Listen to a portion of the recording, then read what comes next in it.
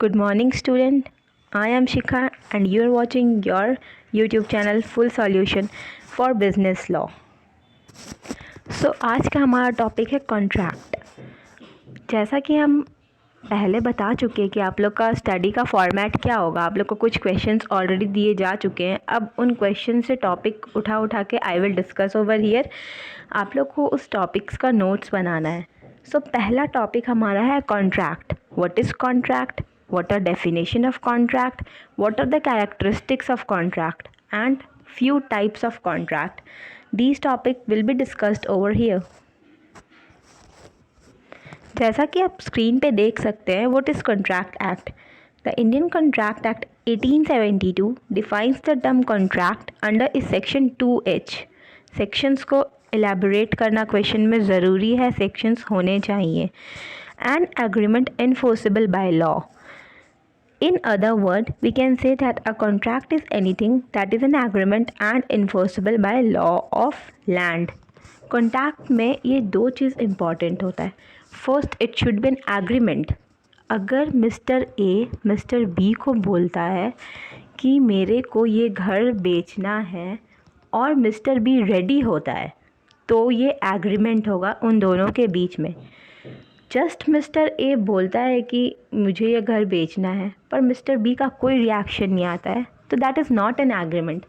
Suppose कि आप लोग चीटिंग जब एग्ज़ाम देने जाते हो, हिस्ट्री का एग्ज़ाम या मैथ्स का एग्ज़ाम, तो आप लोग अपने अगल बगल वाले को बोलते हो कि नहीं मेरे को ये वाला क्वेश्चन इस टॉपिक से आएगा तो बता देना.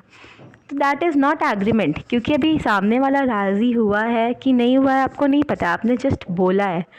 जब सामने वाला राज़ी हो जाएगा कि हाँ हम तुमको ये क्वेश्चन बता देंगे इस टॉपिक से आएगा, तो दैट इज़ एग्रीमेंट. कॉन्ट्रैक्ट में दो चीज़ होना बहुत ज़रूरी है. पहला एग्रीमेंट और दूसरा इन्फोर्सेबल बाय लॉ. ऐसा एग्रीमेंट जो कल को आप कोर्ट में जाके बोल सके कि हाँ मिस्टर ए बोला था मुझे कि ये घर बेचेगा पर अब वो नहीं बेच रहा है, that is contract.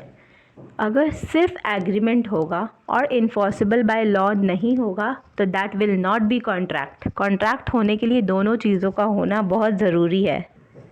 We need to know what is agreement over here. All these terms are very new to you. तो एग्रीमेंट कॉन्ट्रैक्ट एक्ट के सेक्शन 2E में डिफाइंड है. What is agreement? तो एवरी प्रॉमिस और every set of promises forming consideration for each other.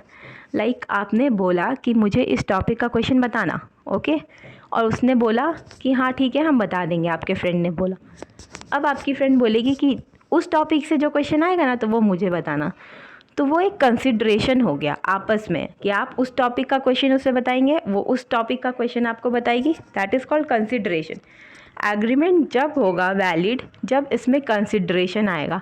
Mister A will sell to house to mister B and mister B have to pay for it, तब जाके ये agreement होगा.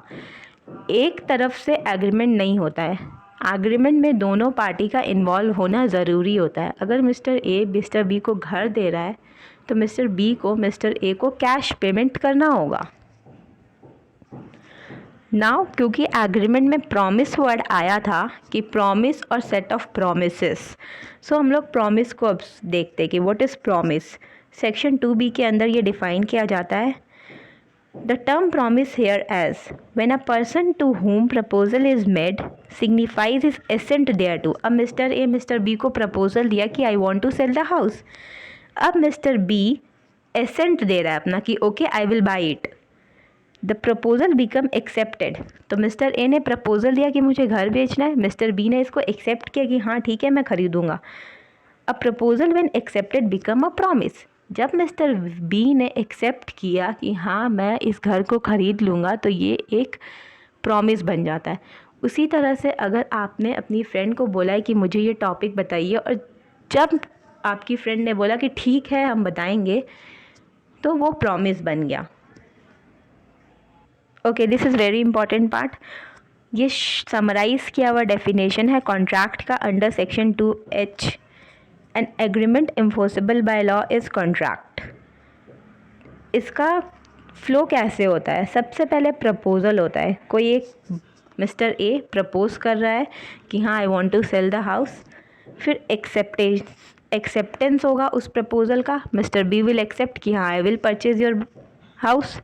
Next promise, दोनों एक दूसरे से ready हो जाते हैं तो वो होगा प्रॉमिस। देन एक एग्रीमेंट फॉर्म होगा कि हम ये हाउस बेचेंगे, फिर वो बोलेगा कि हम इतना पेमेंट करेंगे, तो ये एक एग्रीमेंट बन गया। ये जब लीगल वे में वेरीफाई हो जाएगा, लीगली आप उसके पेपर्स बना लेंगे, तब जाके ये बन जाता है कॉन्ट्रैक्ट। ओके, सो ये एक स्टेप है, कॉन्ट्रैक्ट के बनने का ये एक स्टेप है।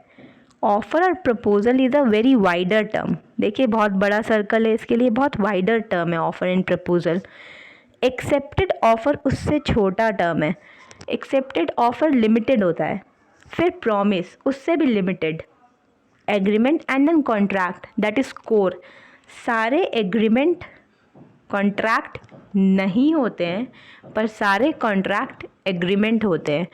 सारे एग्रीमेंट को आप लीगली नहीं लिखवाते हैं, इसलिए वो सब कॉन्ट्रैक्ट नहीं होगा, पर सारा कॉन्ट्रैक्ट लीगली लिखा हुआ होता है, लीगली वेरीफाइड होता है, enforceable by court of law होता है, इसलिए सब कुछ एग्रीमेंट होता है, पर सारा एग्रीमेंट कॉन्ट्रैक्ट नहीं होता है। Now note down some definition of contract. First definition according to Pollack. आपकी स्क्रीन पे डेफिनेशन दिख रहा होगा, उसे आप नोट डाउन कर लीजिएगा। Next definition is according to Salmond, इसे भी नोट डाउन करिएगा। Next is according to sir William Anson. So till now we have seen what is contract and what are definition of contract. अब हम देखेंगे what are elements of contract और we can say what are characteristics of contract. contract का क्या क्या characteristics होता है। Let us start from first characteristic, that is agreement. What is characteristic of contract? Number one, agreement. When contract is made, first proposal is given, then acceptance is given, then agreement is formed, and then only contract is formed. So agreement is, एक तरह से agreement नींव है contract का। Agreement is fundamental for contract. That is why first characteristic of contract is agreement. Next characteristic of contract is free consent.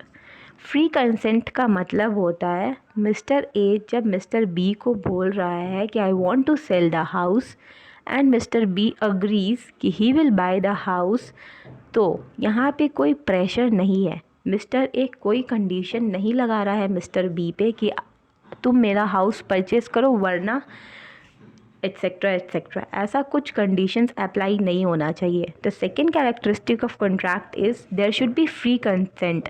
Both the parties should be ready to purchase और sell और to make the agreement without any pressure. Next characteristic 6 is competency of contract. Competency of contract का मतलब होता है the parties who are making the contract should be compatible. Like अब किसी 12-13 साल के बच्चे से कॉन्ट्रैक्ट कर लेना कि हाँ घर मुझे बेचना है, तुम खरीदोगे क्या, that is not a valid contract and it is not the element of a contract. Competency होना चाहिए, पार्टीज़ में कैपेबिलिटी होना चाहिए कि उस कॉन्ट्रैक्ट को वो फुलफ़िल कर सके। Party should have the capability to fulfil the contract. Next characteristic of contract is consideration. There should be proper consideration. If Mr. A will sell the house, then Mr. B have to pay the proper amount to Mr. A so that compensation पूरा हो। Mr. A जिस मेहनत से house बनाया है, जितना बड़ा house है जो उसे सेल कर रहा है, उसके हिसाब से Mr. B उसे पेमेंट करे। There should be consideration. Like I am teaching you and you all are giving me my salary. So it is a consideration, एक दूसरे को गिव एंड टेक रिलेशनशिप है हमारा। So it is element of contract. Next characteristic of contract is lawful object. Lawful object means the subject for which contract is made should be valid. अब as for example mister A बोलता है कि mister B को particular person का murder करना, I will give you this much of money. This is not the contract. It is not a legal object. Objective of contract should be very legal. किसी को murder करना, kidnapping, ये सब का contract legal नहीं होता है. आपका जो कॉन्ट्रैक्ट बनाने का ऑब्जेक्टिव है, जो उद्देश्य है, that should be very legal. Next characteristic of contract is not declared void. Void का मतलब गलत. वो जो कॉन्ट्रैक्ट यू हैव मेड वो void डिक्लेयर नहीं होना चाहिए. That should be valid. Contract should be valid which can be enforced by court of law. एक प्रोसीजर होता है जो कोर्ट फॉलो करता है किसी भी कॉन्ट्रैक्ट को बनाने में. वो प्रोसीजर प्रॉपरली फॉलो होना चाहिए तो ही कॉन्ट्रैक्ट बनेगा. That is also one of the characteristics of contract. In 6 characteristics के अलावा कुछ और कैरेक्टरिस्टिक्स ऑफ कॉन्ट्रैक्ट होते हैं, लाइक 2 and more parties का होना. Contract can be formed between 2 or more parties. This is also one of the characteristic of contract. एक individual अकेले कॉन्ट्रैक्ट नहीं बना सकता है. उसे एक एक्सेप्टर और एक प्रपोजर चाहिए. So contract can be made between 2 parties only. Next characteristic of contract is parties wanted to establish legal relationship. If parties जो contract में आ रहे हैं वो चाहते नहीं हैं to be contract to enforce by court of law, तो ये contract नहीं बन सकता है. They should have imitations कि ये contract legal papers में बने और written हो और ये enforce किया जा सके in court in future. So parties should have the imitations कि ये कॉन्ट्रैक्ट में लीगल रिलेशनशिप स्टैब्लिश हो. Next characteristics is contract should be registered and verified. जो भी कॉन्ट्रैक्ट बनता है वो कोर्ट में रजिस्टर्ड और वेरीफाइड होना चाहिए. लाइक स्टैम्प पेपर जो बिकते हैं अलग अलग अमाउंट के, उनमें उस कॉन्ट्रैक्ट को लिखा होना चाहिए और प्रॉपरली साइंड होना चाहिए. मिस्टर ए, मिस्टर बी जो भी घर बेच रहा है या जो भी घर खरीद रहा है उसका प्रॉपर पेपर्स होना चाहिए, वेरीफाइड होना चाहिए, रजिस्टर्ड होना चाहिए. Now let us move to types of contract. There are many types of contract which you can see in the video. On different modes there are different types of contract. Like first is mode of formation. जिस तरह से contract form हुआ है उसके according types of contract है. First expressed contract, implied contract, quasi contract and E contract. इनको हम explain करेंगे एक एक करके. Late us just know the name of contract. Next, according to performance there are many contract. Executed contract, executory contract, partially executed and partially executory, unilateral contract, bilateral contract. Validity और enforceability के according भी different contracts होते हैं. First, valid contract, void contract, voidable contract, illegal agreement, unenforceable contract, certain contract in writing. All these are types of contract. Note down the name of all types of contract. I will explain all types of contract. Which type is needed more explanation, I will give another video, and the type which need less explanation, just you have to know what does that mean, I'll solve it over here. First, let us discuss the contract on the basis of performance. Okay, so first is executed contract. Executed contract are those contract which are already executed. That means if Mr. A wanted to sell house to Mr. B, that means he has transferred the ownership to Mr. B. सब कुछ हो चुका है उस contract में. Mister A ने mister B को house की ओनरशिप ट्रांसफ़र कर दिया है. The contract is properly done.